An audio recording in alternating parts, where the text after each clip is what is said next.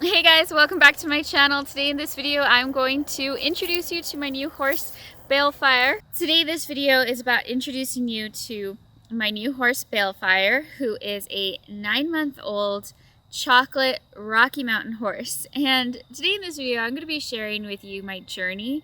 It's been a long journey in finding the breed, discovering the breed, finding the right horse, looking for a breeder and all of that. And I think it's an interesting story, so I hope you guys will enjoy it.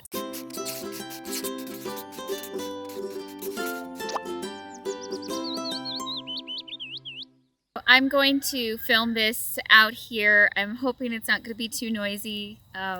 Last time I was filming a video outside, one of those drive-by parties went by, and it was even kind of a few blocks over, I guess, and you could still hear it. So I'm just gonna hope that this is not going to be a video with a lot of background noise. If it's too bad, then I might cut out some parts and voice over, but it's really nice outside. It's such a nice temperature and it just is so pretty outside, so I wanted to spend some time outside filming.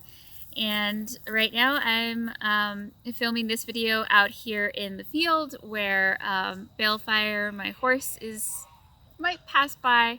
He's out here too. It is a really big field though, and I'm in one little part. And then there's also some of the llamas and alpacas, so maybe they'll make an appearance. I know you guys are probably very excited to see more of Balefire and want to see more of him. I'm not going to hold on to him throughout this video because I don't think he would really want to sit here for that. So you will be seeing a lot more of Balefire in upcoming videos and stuff like that. And also over on my Instagram, I've been a little obsessed posting about him. So you can follow me over there too, and I'll try to put some stuff on TikTok about him. So a little over 8 months ago, I decided that it was time for me to start looking for a new horse to buy. My horse is in her late 20s, Rainbow, she's a Mustang, and it's really getting time to retire her. And so I decided that it was time to consider getting a new horse. And of course I'm keeping Rainbow, that always comes up, but just time to get a new horse to ride. And my expectations changed dramatically since then over the last couple of months. So I knew for sure one thing I really knew was that I wanted a gaited horse. And that's because 3 years ago on my trip to San Francisco, this is actually a YouTube trip, I had the opportunity to ride a gaited horse, and it was amazing. It was just a wonderful experience that I could not get over. And that day when I got off that horse, I was like, my next horse is going to be a gaited horse. And so that was like the most important thing to me. Other than that, I had kind of considered that I wanted a trained horse, and that's, probably means over 4 years old. But I did want to have a long-term investment, so that meant under 10 years old or around that point, not over that. Other things that I thought about was I didn't care about male or female. Breed was not important. Color wasn't really too important, although I did like buckskins, paints, and bays. Those were kind of the colors that I was looking for. And I wanted a horse that was about 14 hands tall. But wow, like all of that changed over time as I really started doing more research and just shopping around and everything. And so I'll tell you why. So first it started with, I put out a video back in April, a little bit after I had decided that I wanted to buy a new horse. And it was just a video talking about how I decided I was going to start horse shopping and looking around for a new horse. And I talked about some of the things that I wanted out of a horse. And Sandy actually reached out to me from that video. She watched it and she said, I think, hi, you gonna say hi? He's knocking the camera. Hey, if you're gonna push the camera, you at least have to be in it. There you go. It's okay. Okay, so she, where was I? She reached out to me and she said that I would probably like a Rocky Mountain horse. And when she, told me about it, I had no idea what that was. I didn't know if like Rocky Mountain horses was like a stable, like a breeder that bred gaited horses, or I was so confused actually.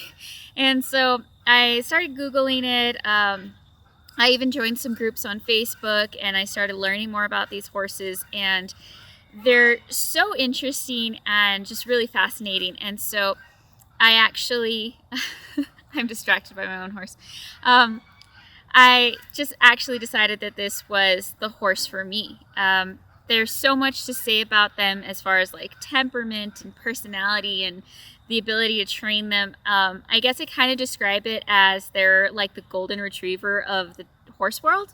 I actually want to make a separate video just about Rocky Mountain horses and just things about the breed, where they come from and all of that, because it's really interesting, and they're actually not a well-known breed. That's one of the reasons I had never heard of them, but they're just like any other breed, like Mustangs, quarter horses, thoroughbreds. Like they're their own distinct breed, and for the most part they are gaited. So Rocky Mountain horses are not a common breed, and they're actually on the agricultural watch list, which is basically just kind of saying that the breed is endangered. And so they're not very common. So I quickly realized that a chocolate Rocky Mountain horse was literally my dream horse. Chocolate's a really common color for the breed, and it's also kind of what everybody likes. And I just absolutely love the color and just love everything about the breed, and the color is just so flashy. And the problem is that Rocky Mountain horses aren't on that side of the country, really. I mean, there are, but for the most part, most people that are breeding the horses and raising the horses are actually in Kentucky. And I decided that it would probably be best for me to get a baby. That's what I decided I wanted to go with. So then, the age thing changed too, and I decided I did want to do my own training. And yeah, I mean, I think the reason is that at first I didn't feel confident in my ability, and just thinking it through and talking with people, I decided like, yeah, I can do this. And so it does seem daunting, but that's what I decided to go with. And yeah, my biggest problem was that they were all over in Kentucky, super far from where I live. I live in Texas, but over on the border of New Mexico, down by Mexico. So Kentucky's like a couple days trip, honestly. So after months of searching, somebody in one of the Facebook groups that I was in recommended Blue Bonnet Stables, which is actually in Texas. Still really far, actually, but they were in Texas. And so I reached out to them, and I contacted them, and I told them what I was looking for and talked to them. And then they sent me pictures of a horse that they had, and I was like, that's not really what I wanted. And so I, told them, well, I don't know about that. I wanted this other color. And they're like, no, that's what he's gonna be. And so I'm putting the pictures up on here. I was so confused. So Judy Doss, she's the owner of Blue Bonnet Stables. She was super nice, and she talked to me and explained how chocolates change colors over time and how he was gonna get darker.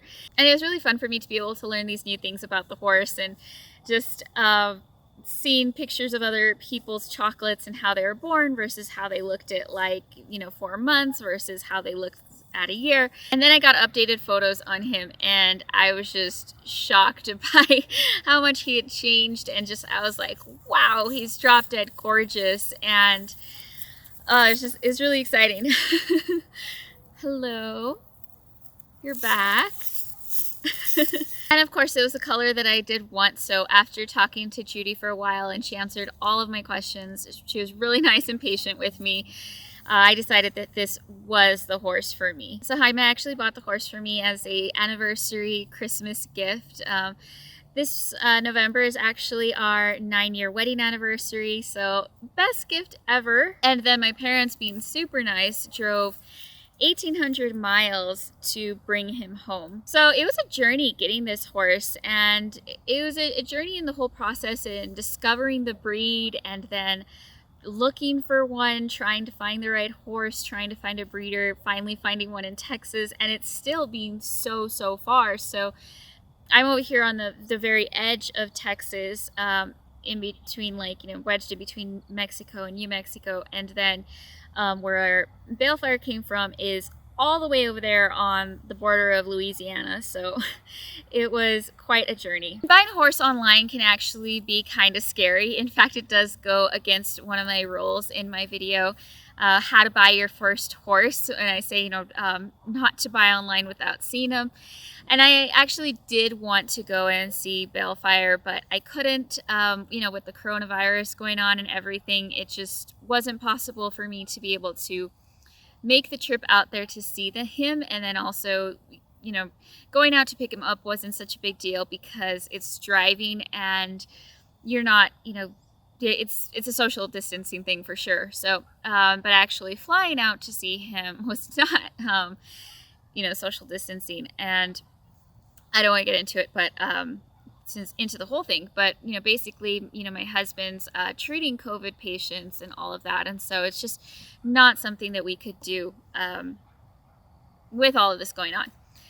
But I just was really lucky to find such honest people. And Jim and Judy Doss are just so great. They're so nice. And Judy sent me a bunch of pictures and videos of him. And that just, you know, really helped me know he was the right horse for me and get to learn a little bit about him before actually deciding to buy him. But yeah, they're really great people, and they own Bluebonnet Stables in Texas. And so I'm actually going to put their information down below just for anybody that's curious or anybody that's looking for a horse. It was a great experience for me, so I highly recommend them. And of course, there's definitely a conversation to be had about breeding versus adoption, and you know, finding the right breeder. And, you know, breeders should be breeding healthy animals and they should be passionate about the animal. And that's how Jim and Judy Doss are.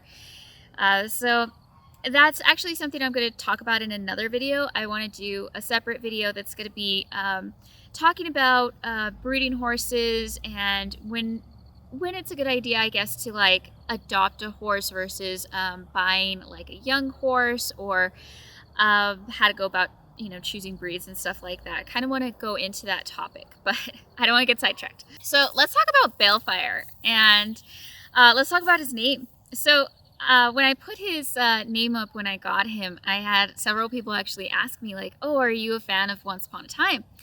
And I was like, yeah, actually I am, but who's Balefire?